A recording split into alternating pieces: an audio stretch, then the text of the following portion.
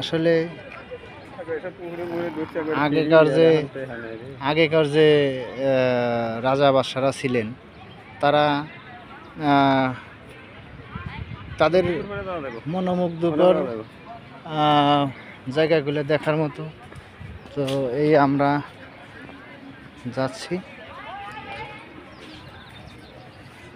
ছোট সর্দার বাড়ি, এখান দিয়ে এই যে বাগান দেখেন, আবার এবার ঢুকে এই যে বাগান আছে এখানেই ওই দেখেন বড় সর্দার বাড়ি।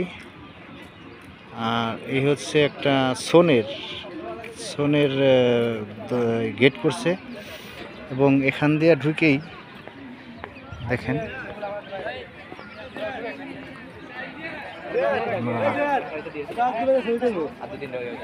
ছোট সর্দার বাড়ি যাচ্ছি। এবং এই দুইটা বাড়ি মানে দুইটা বিল্ডিংয়ের ভিতরেই আপনার জাদুঘর আছে, যেখানে বড় সর্দার বাড়িও জাদুঘর আছে এবং এই ছোট সর্দার বাড়িও জাদুঘর আছে। যে জাদুঘরে অনেক কিছু দেখার মতো আছে। হয়তো এখন আজকে আমরা হয়তো আপনাদেরকে জাদুঘরটা দেখাইতে পারবো না ভিতর সাইডে, এটা হয়তো আমরা অন্য একটা এই যে ছোট সর্দার বাড়ি। তো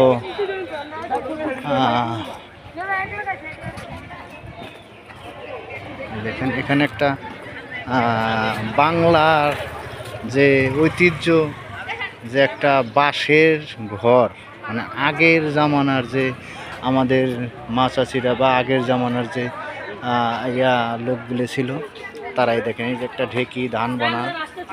তো তারা এইগুলো জিনিস দিয়ে কৃষক বাংলার যে কৃষক, এই কৃষকরা যে জিনিসগুলি আসবাবপত্র যেগুলো ব্যবহার করতেন সেগুলা এখানে বানানো হয়েছে। তো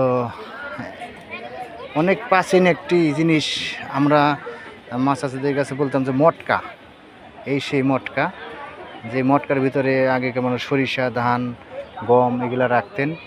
এই মাছ মারার পলো, এই যে ছিকা, যে হাঁড়ি পাতিল রাখার জন্য আমাদের সোনালি আঁশ পাট দিয়ে বানানো হয় ছিকা, সেই ছিকার ভিতরে রাখছে।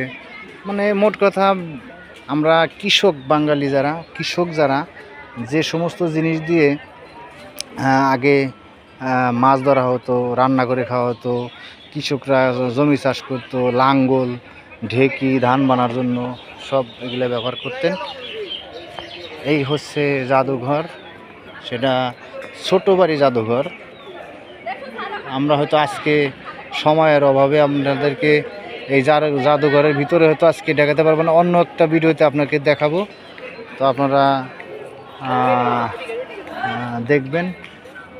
তো আমরা